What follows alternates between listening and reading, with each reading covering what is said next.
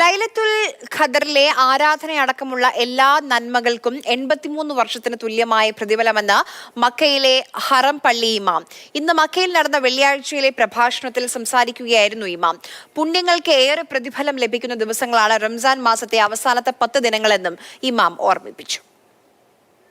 വിശുദ്ധ റംസാൻ മാസത്തെ 3ാമത്തെ വെള്ളിയാഴ്ചയായ ഇന്ന് മുസ്ലിങ്ങളുടെ പുണ്യനഗരമായ മക്കയിലും മദീനയിലും നിരവധി പേരാണ് പ്രാർത്ഥന നടത്തിയത്. റമസാനിലെ അവസാനത്തെ 10 ദിവസങ്ങളിൽ പ്രവാചകൻ നൽകിയ മാർഗനിർദ്ദേശങ്ങളിലൊന്ന് ഇഹ്തികാഫ് ആണെന്ന് മക്കയിൽ പ്രാർത്ഥനയ്ക്ക് നേതൃത്വം നൽകിയ ഇമാം അബ്ദുള്ള ബിൻ സാദ് അൽ ജുഹാനി ഓർമ്മിപ്പിച്ചു.